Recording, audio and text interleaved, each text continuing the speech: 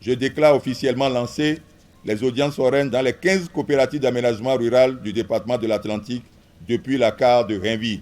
Le top est donné par le préfet du département de l'Atlantique ce mercredi 17 juillet 2019 dans l'arrondissement de Rainville, commune d'Alada. Les audiences foraines sont ouvertes dans les coopératives d'aménagement rural dans ce département afin de faciliter la tenue des assemblées générales électives dans ces structures agricoles. Pour Michel Aclérintor, maire de la ville d'Alada, le lancement des audiences foraines dans les CAR revêt un caractère important.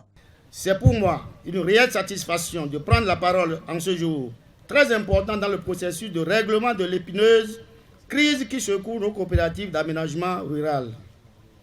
C'est une initiative qui mérite d'être saluée et félicitée, car à coup sûr, elle demeure le goulot d'étranglement à lever pour trouver une solution non seulement durable, mais aussi définitive à la dissension qui tribalise la gestion de nos CAR et UCA.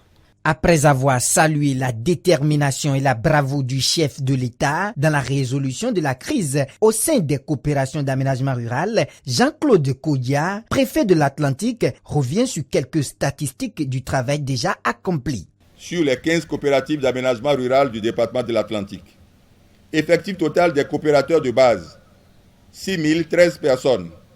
Effectif total des coopérateurs décédés recensés, 4 935. Effectif total de coopérateurs vivants recensés, 119. Pourcentage des coopérateurs recensés, 84,5%.